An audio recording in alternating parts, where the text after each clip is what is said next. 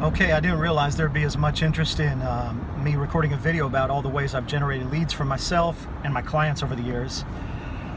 So when I started writing down ideas, I realized there was a lot more ideas that I wanted to share with you than what I'd originally thought. So I'm going to record this in 3 parts. So this is video number 1 of 3. And I'll make sure and post all 3 parts so that you can get them. However, they won't stay up forever because I'm going to share some inside information here that, you know, unless you're a faithful follower of Roofing Salesman, I'm just not going to share it with you. So it'll be up for a few hours, maybe a few days, and then I'll take it down. All right, so with that said, I just want to say that I've been in the game since the early 90s, mid-90s. 95 actually is when I jumped in. And a lot has changed since then. So back in the 90s, there was no such thing as the internet as we know it today. We didn't carry around computers in the palm of our hand. You know, a lot of people still had 486 computers, and you know, an 8 meg stick of memory was a big deal back then. And if you had a 56K modem, you were really sailing. AOL was still sending out discs. People just weren't getting online. Although I was fascinated with online marketing and its possibilities, you know, it just wasn't a possibility back then. So I'm going to start with the old school ways to generate leads, things that have worked and what's changed today. And then I'm going to go to the new school. So in this video, I'm going to cover several topics. I'll tell you exactly what they are, and then I'll dive a little deeper into them. However, you know, there's probably hundreds of ways to generate leads, but the 80-20 rule still applies to generating leads. So that just means if there's 100 ways to generate leads, 20 of those ways are going to be better than the other 80. They're going to bring in more revenue. They're going to be more successful than the other 80. And if there's 20 ways to generate leads, there's going to be 3 or 4 ways that are better than the other 20. And if there's 3 or 4 ways, then, you know, the 80-20 rule applied to that means that there's 1 way, maybe 2 ways that are better than the other 3 or 4. So I'm going to list all of them, and in this video I'll be covering 2 out of the 3 best ways to generate leads. But I do also want to say that not all of these ways to generate leads can you do if you're just an independent sales guy out in the field. For a lot of these things, you have to be a successful roofing company owner. You have to have a lot of revenue coming in. You have to be $1 million, $3 million, $5 million, $10, $20 million business. And if you're not that, then you have to be a successful, entrepreneurial-minded salesperson. So with that said, let's jump into it. I'm just going to list the different ways that I'm going to cover in this video, and then I'll dive into them a little deeper. So I'm going to cover door knocking. I'm going to cover the yellow pages. I'm going to cover yard signs. I'm going to cover radio. I'm going to cover newspaper advertising, and then finally I'm going to cover insurance referral. So let's start with door knocking. Good old-fashioned #1 door knocking. Actually, door knocking is the #1 way to generate leads. So you take 100 ways to generate leads, you work it all the way to the bottom, over a cross-section of roofing companies, and door knocking is going to be #1. And the reason for that is that anytime you're trying to get to the money, the shortest path to the money is a straight line. So that means you going to the door of the person that has the old worn-out roof if you're selling retail, or you going to the door of the person that has the storm damage or, you know, the wind damage, and going straight to them with your marketing message and talking to them. Door knocking was the best way to generate leads in the 80s and 90s. Door knocking was the best way to generate leads in the 2000s, and door knocking is still the best way to generate leads. In spite of the fact that more and more communities are shutting it down or making you have a bond or only allowing you to knock on certain days, in spite of the fact that people have more no soliciting signs on their doors, in spite of the fact that it makes people uncomfortable when you knock on the door, door knocking is still #1. Even if you're running leads from several of these other sources that I'm going to mention, if you're not door knocking, you're leaving money on the table. And the reason is because anytime people see a roof going up in production, they see workers on the roof, they see materials in the driveway, they see chalk marks on the roof, they know that a roof's going up, that is the best time to sell another roof. People want what other people have. It's just like, you know, the man comes home from work and he sees his neighbor got a brand new truck. Well, automatically he starts thinking, I'd like to have a brand new truck. He sees a brand new roof, he's like, man, my roof is worn out, I wonder if I need a new roof too. Or, you know, his wife goes to church, she sees the ladies in a new dress by a new fashion designer, or they're carrying a new LV bag. She's like, oh, I'd like to have a brand new LV bag too. So if you're not door knocking, you're leaving money on the table. Now, like anything else, door knocking there's good ways to do it and there's bad ways. There's terrible ways to door knock. I literally wrote the handbook on how to door knock. It's a system I developed over 20 years of door knocking myself personally. It's called Sales Domination System. A lot of people watching this video, your company has brought me in to train your people on Sales Domination System, or you've bought the self-study program at Roofing Salesman University. But door knocking can literally skyrocket your success, because you don't have to be $1 million company to do well door knocking. You don't have to have $100,000 in the bank to go door knocking. All you have to have is a tank full of gas and the ability to knock on somebody's door and give them a good pitch. So door knocking is still number one. Let's see if there's anything else I want to say about that. Now let's move on. I want to go to Yellow Pages. Yellow Pages in the 90s was it. It was the bee's knees. If you weren't in the Yellow Pages, a lot of people that you talked to or a lot of people you sold didn't even believe you were a real roofing company. Nowadays, hardly anybody checks the Yellow Pages before they do business with you. They have other ways of verifying whether or not you're a good company or not. But back then, Yellow Pages was it. The problem was that Yellow Pages was very expensive. I mean, you could spend $5,000 to $8,000 on a full-page color ad in some of the major metropolitan areas. So you had to be selling a lot of roofs out of the Yellow Pages. Fortunately, people didn't have anywhere else to go. They used the Yellow Pages or one of the other old school methods I'm going to talk about here. Now, even though Yellow Pages has changed quite a bit and the Yellow Pages industry is no longer a Fortune 500 business, I was in Yellow Pages advertising. I was the online digital marketing manager for a spin-off of Verizon called IDARC. Some of y'all will remember IDARC. Later became known as Super Pages or Super Media. Later became known as Dex, and now it's Dex YP, and I think their major product is Thrive.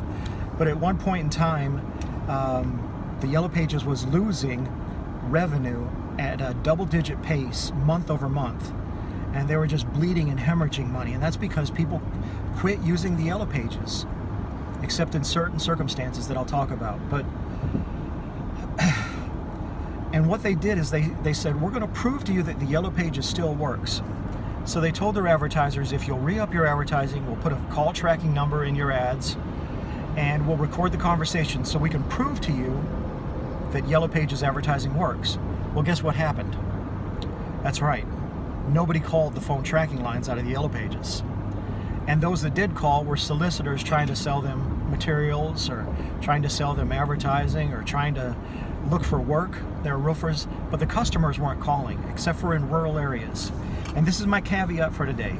If you're going to use Yellow Pages advertising today, you want to do it in a rural area. You want to do it in an area that doesn't have strong cell phone coverage. You want to do it in an area where internet coverage is sparse. You want to do it in an area where you're reaching an older demographic. And if you're going to use Yellow Pages advertising, you have to do it consistently.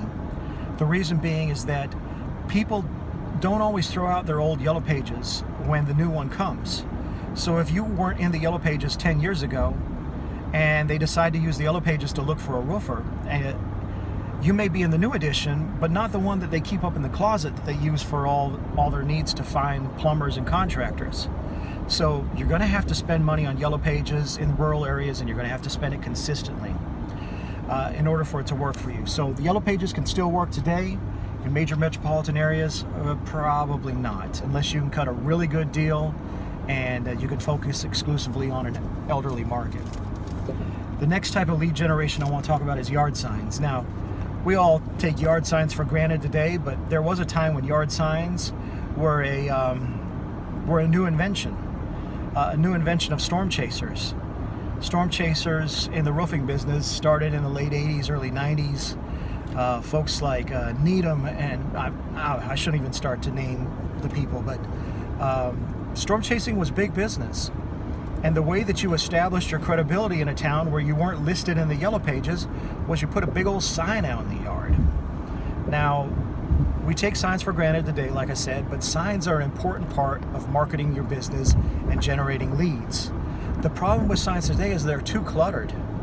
Everybody's sign looks like everybody else's sign. There's so much information on there you can barely read what's on the sign. If you're going to do it, you want to do it the way Lon Smith did it. Now, Lon Smith, before he passed away, God bless him, Lon Smith and his team, they were marketing geniuses. Geniuses, I tell you. Lon Smith was a marketing genius. He did a lot of things right. But one of the best things he did was his yard sign. He turned it sideways and cut the bottom off, so it almost looked like a baseball home plate.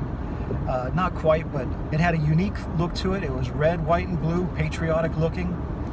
And his salespeople would go in and door knock up and down the neighborhood, and they'd place those little red, white, and blue signs everywhere and take over neighborhoods. This is before people even took over neighborhoods, but the way they did it is they had yard signs. And of course, when they worked locally in the Fort Worth market, Dallas-Fort Worth area, before they started spreading out across the Southwest, they were also in the Yellow Pages, and they'd been in there year after year, so they had a lot of credibility built up.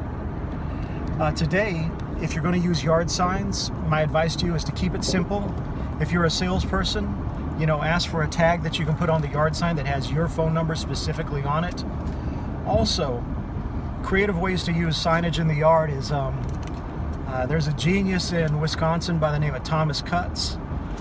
Some of you may know him. If you were in my old mastermind, you know who Thomas Cutts is, but Thomas makes sure he has plenty of signage at the house when he's doing a job.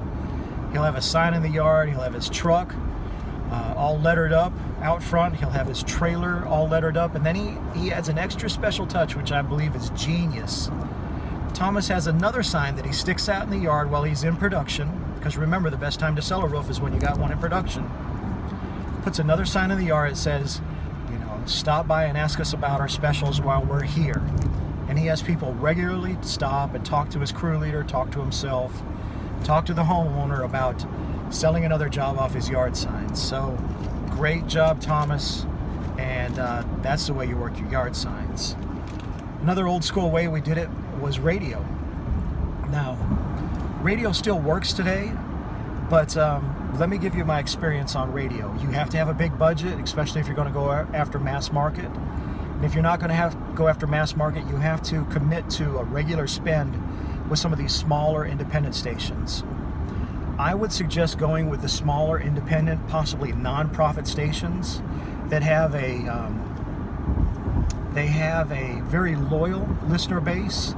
When they get in their car, that's the station they listen to, whether it's a Christian station, a religious station, a classical station, an art station, an oldie station, but go with a very niche market that has a loyal listening base, and then just commit to sponsor them on a regular basis.